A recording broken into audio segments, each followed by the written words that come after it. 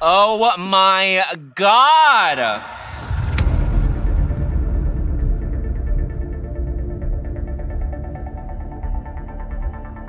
Hey, what's going on, everybody? For First We Feast, I'm Sean Evans, and you're watching Hot Ones. It's the show with hot questions and even hotter wings. And today we're joined by Bowen Yang. He's an Emmy Award-nominated cast member of Saturday Night Live. You can keep up with him as host of Las Culturistas wherever you get your podcasts, and you can catch him in one of the holiday season's most anticipated films, Wicked, which is set to release in theaters on November 22nd. Bowen Yang, welcome to the show. Thank you so much for having me. What's going through your head as you prepare to take on the gauntlet? Are you a hot sauce person by nature? I don't know how I'm gonna do on this. I'm so happy that, I'll talk about it later, but I'm really happy with my lineup. Ooh, you like your lineup? I like my lineup a lot. There's some new entries, new bombshells entering the villa. This is great.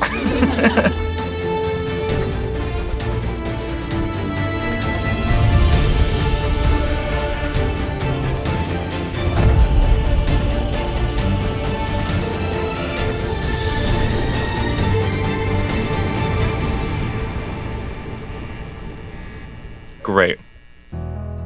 Okay. Sublime.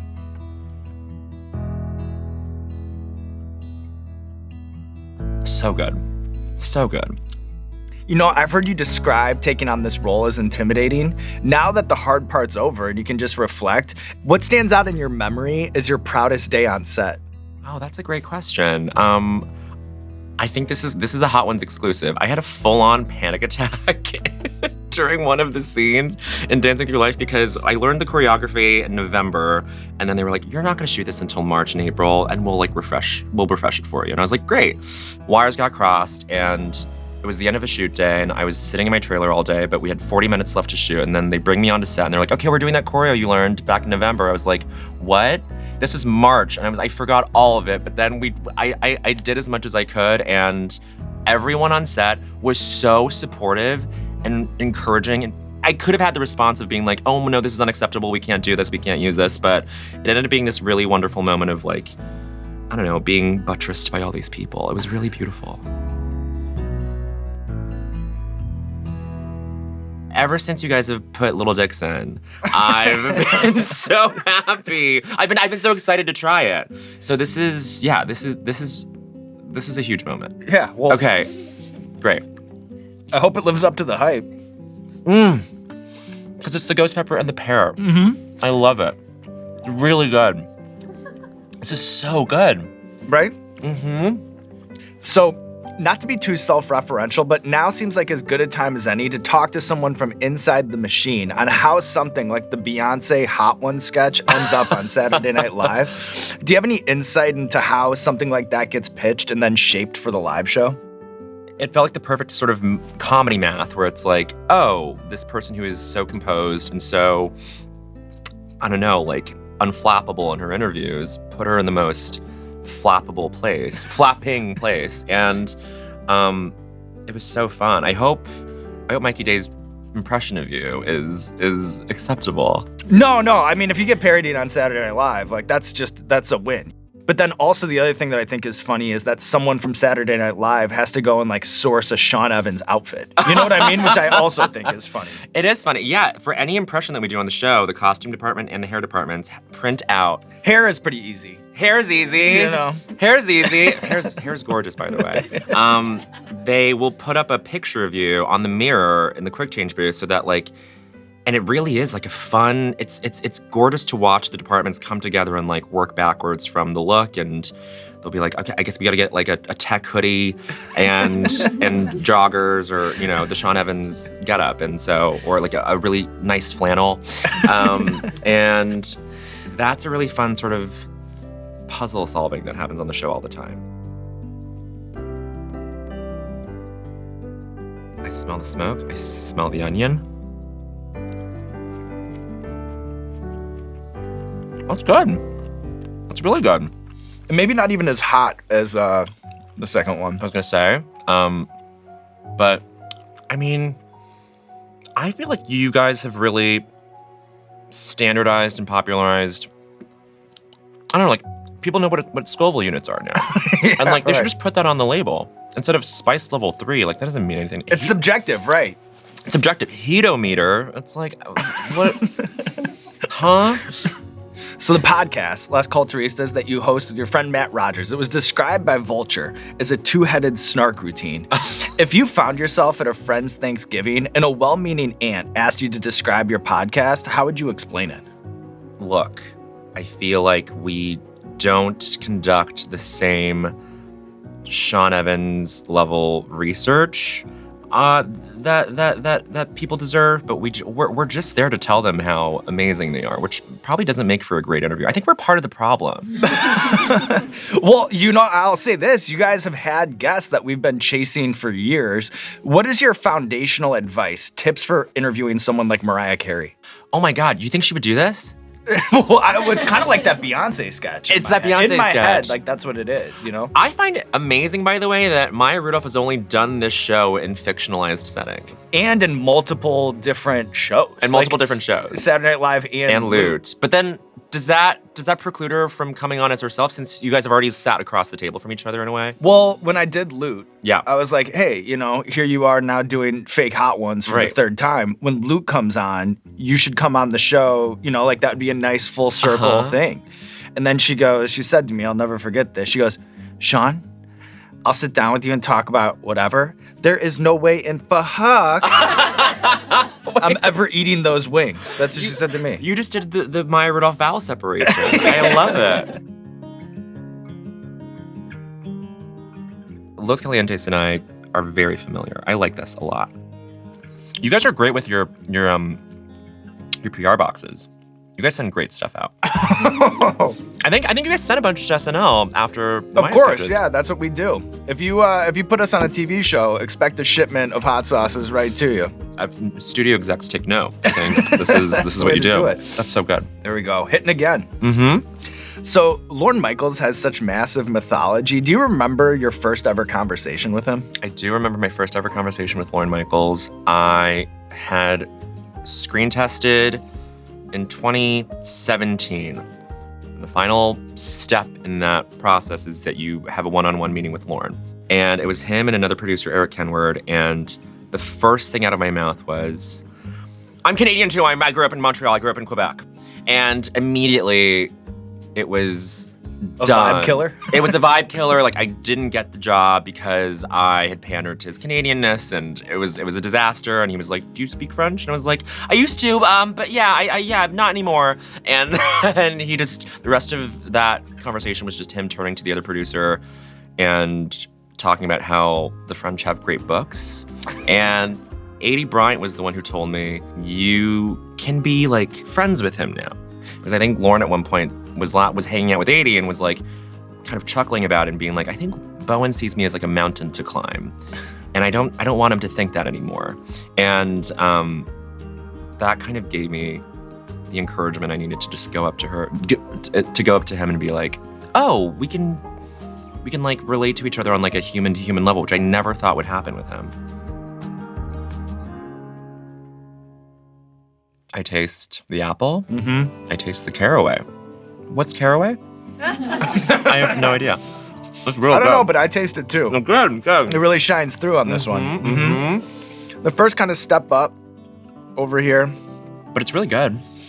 There we go. It's very good. Yes, this is a step up for sure. And that's the trajectory that we're on here going forward. All right, Bowen? I just try to be transparent and honest. Thank all you. right? As a chicken wing talk show host of the highest dignity.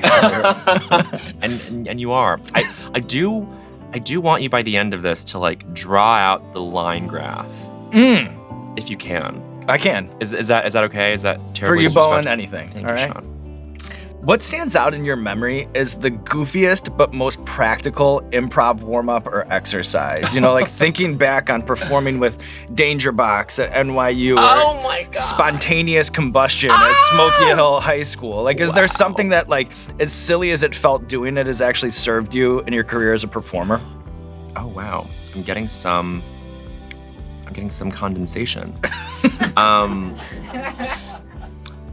I can't believe you said Spontaneous Combustion at Smoky Hill High School. Bless you. I think the ultimate improv warm-up for me was performing as a 14-year-old in suburban Denver to a group of beer-drinking 30-year-olds downtown. Yeah, you were like in bars and stuff. We were right? in bars, and there was a theater in Denver called the Bovine Metropolis, which I didn't understand for the longest time, Cowtown. Bovine Metropolis Theater, and it was just all these 30-year-olds being like, what the fuck are these high schoolers doing here? But it was great because it was where we got our suck out, which meant like you just bomb, not on purpose, but you bomb and you wake up the next day feeling fine. And like if you can develop that tough shell as a teenager, then like ideally you're invincible as a 34-year-old man on a TV show that like people pick apart, and it's fine.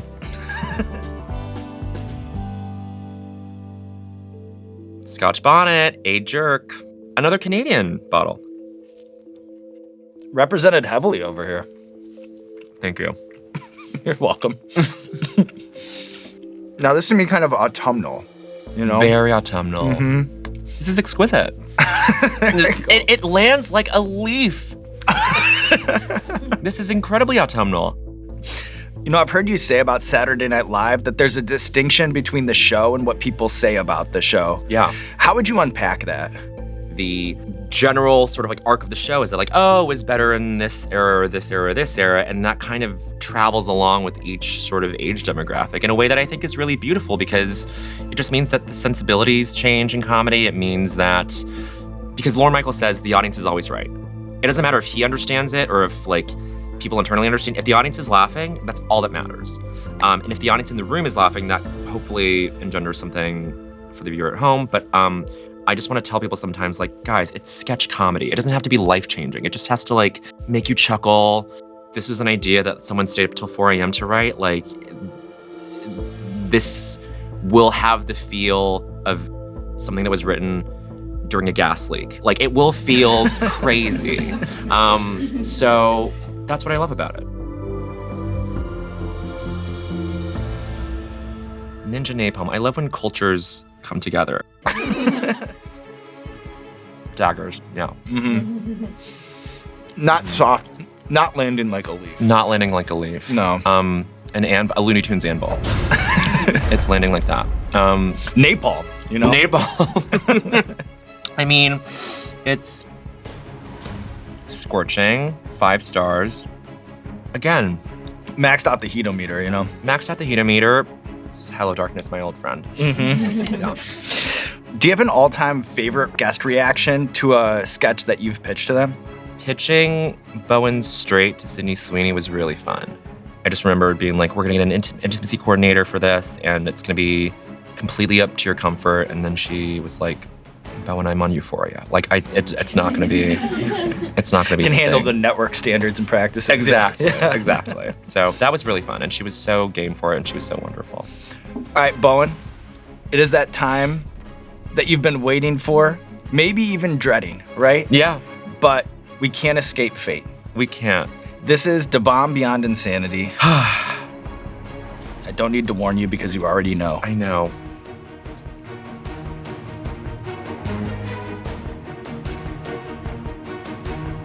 It's so bad. It's worse than I thought it would be. Oh my God. And it's not gonna stop here. I know. Yes, I understand. I understand that it travels. Yeah. And grows, and I know. Now it's like sad times. It's sad times. This is like a Tums psyop. This is like this was invented by Tums. Yeah, it's a machination of big antacid. You're right. It's big antacid. Yeah. It's big Prilosec. That's vile. I'll join you at the milk party. Yeah. Oh. Wow. Yeah. Beyond insanity. They didn't lie. No, that's why you can't even really be mad at them. You know, they're can't. kind of honest. Totally. You know. It's radically transparent. Mm-hmm. Oh my God. I look Do I look okay? Great. It's a Wing 8 glow. We call it a Wing 8 glow. I think it's the best you've Wing looked. 8 glow, that's I right. think it's the best you've looked this entire time. I don't know. Like, here I am on your chicken show, looking like Annie. I don't know. It's just so undignified, but it's worth it. This is what I knew this was coming. So, I think it's incredible that, you've taken this bit from your show, the Culture Awards, and then you've turned it into a full-blown annual ceremony. Yes. Now that we're close to the end of the year, I was hoping maybe we could do kind of a quick 2024 retrospective. Sure. Oh my God, that's fun. While we kind of flame out on the bomb over here. Yes. All right, from the Costco guys to is somebody gonna match my freak, do you have a meme of the year? Moodang's up there, and I will say, was Jennifer Lawrence What Do You Mean this year? Ooh, was it in the calendar year? That's a good question, Chris. It was in last the fall. year. It was last, but it would be close. It could be close. It's close. I mean, that's honored that you'd put it up in the Pantheon. Absolutely. What do you mean? What do you mean? I mean, so many use cases for it. Lovely. I feel like it's been a banner year for pop music. Do you have a Mount Rushmore of albums in 2024? Oh, that's so hard. Okay, I'm gonna lay out my like cold selection. Cowboy Carter, Eternal Sunshine, Hit Me Hard and Soft. Rise and Fall of the Midwest Princess will say is this year, much like the Jennifer Lawrence meme. We'll the grandfather it in. Grandfather it in, the eligibility period. And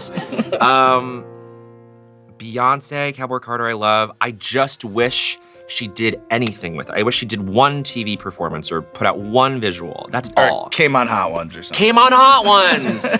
Came on Hot Ones. Although Short and Sweet and Eternal Sunshine are both like fulfilling the same thing for me, where it's like no skips and it's just so sonically streamlined. Well, there goes my friendship with Ariana Grande. Ariana Grande, no, she gets a spot.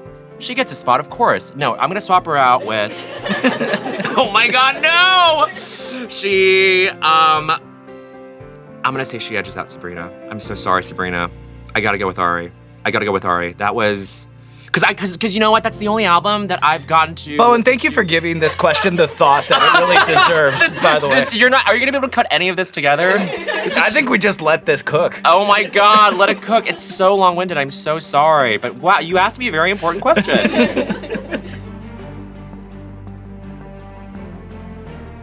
Our Bowl I've also stared down and been like, ooh, I don't know.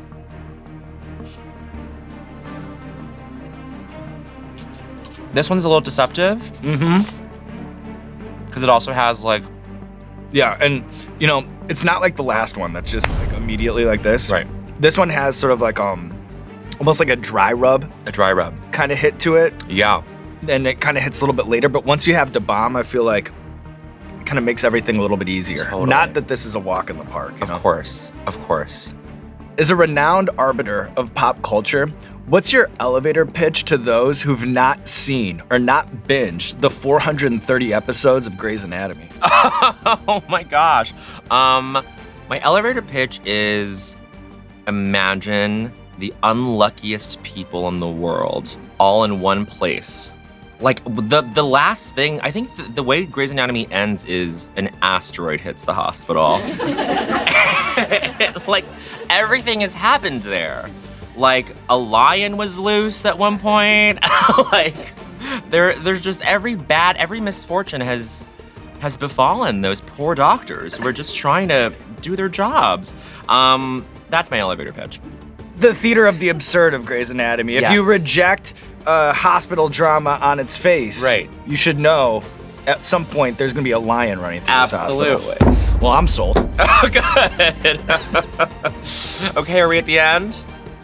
What do you mean? What do you mean? Wow. What do you mean? What do you mean?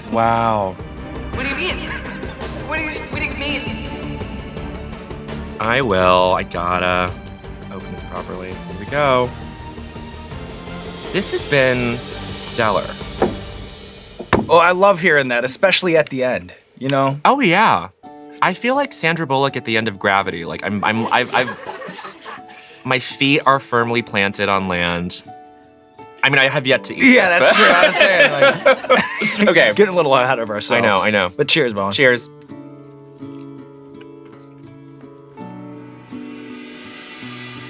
Wow. Mm-hmm. There's such all of this is like a Joseph Campbell hero's journey. I really like it. I really enjoyed this. The mechanics too, you know, you land the story here Yeah. in the third act. And here you are, Bowen, taking on the wings of death.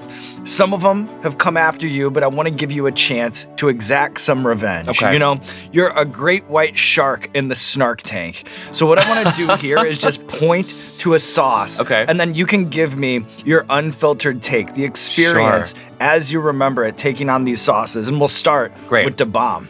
Da Bomb. I mean, I really hope I never see that bottle again.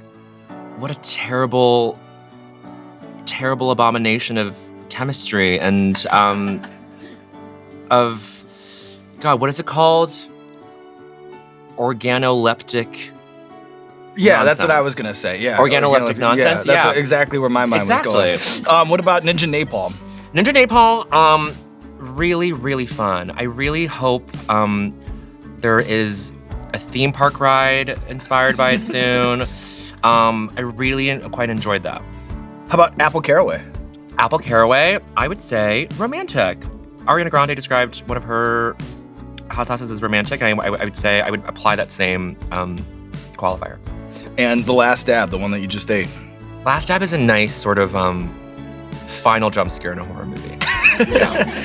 Bowen Yang taking on the wings of death, living to tell the tale, and now there's nothing left to do but roll out the red carpet for you. This camera, this camera, this camera, let the people know what you have going on in your life. Okay, Wicked comes out November 22nd. Saturday Night Live airs Saturdays, but you watch it on Sunday. And